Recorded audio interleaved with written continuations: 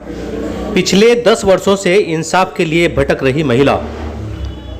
पिछले 10 वर्षों से इंसाफ पाने के लिए भटक रही महिला पुलिस और कोर्ट कचहरी के चक्कर काट रही है।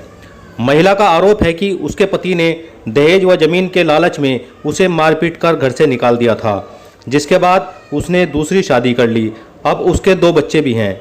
महिला तभी से इंसाफ के इंतजार में है। जानकारी के अनुसार मुंडाली निवासी ठाकुर चंपत सिंह ने अपनी पुत्री श्रीमती मनोज का विवाह 30 जून 2010 को गांव अटेरना निवासी रंजीत पुत्र मान सिंह के साथ किया था। श्रीमती मनोज का आरोप है कि उसके पति ने कुछ दिन तो उसे ठीक रखा, बाद में दहेज और उसकी ज़मीन की खातिर उसका उत्पीड़न करना शुरू कर दिया। श्रीमती मनोज ने बताया कि वे 4 बहनें हैं, उसके भाई नहीं हैं। उसके पिता की 15 बीघे ज़मीन है। उसका पति उस ज़मीन पर निगाह रखता था और उसे बेचना चाहता था। विरोध करने पर मेरा उत्पीड़न करता था। अपनी इच्छा पूरी न होते देख उसने मुझे मारपीट कर घर से निकाल दिया। 2012 में वह अपने पिता के घर आ गई।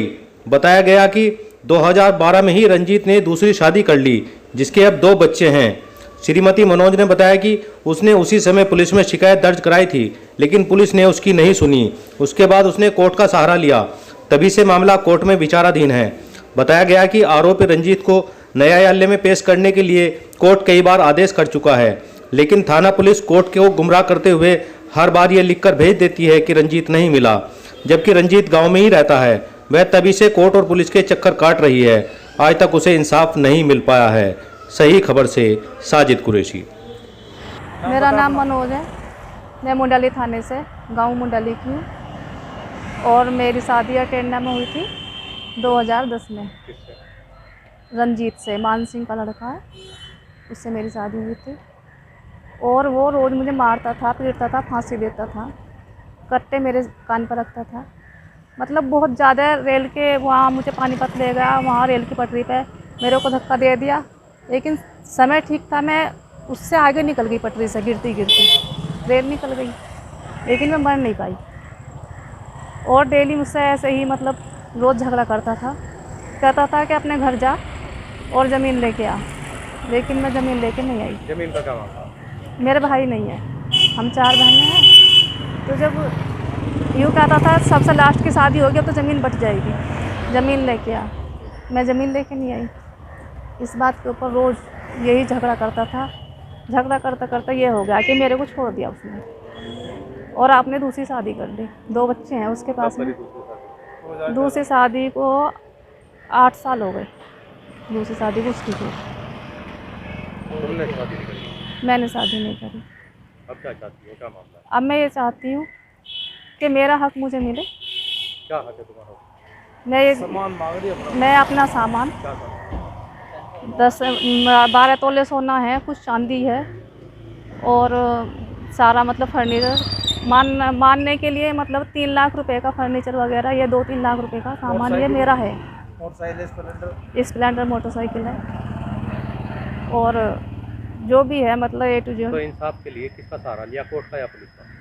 कोर्ट का लिया।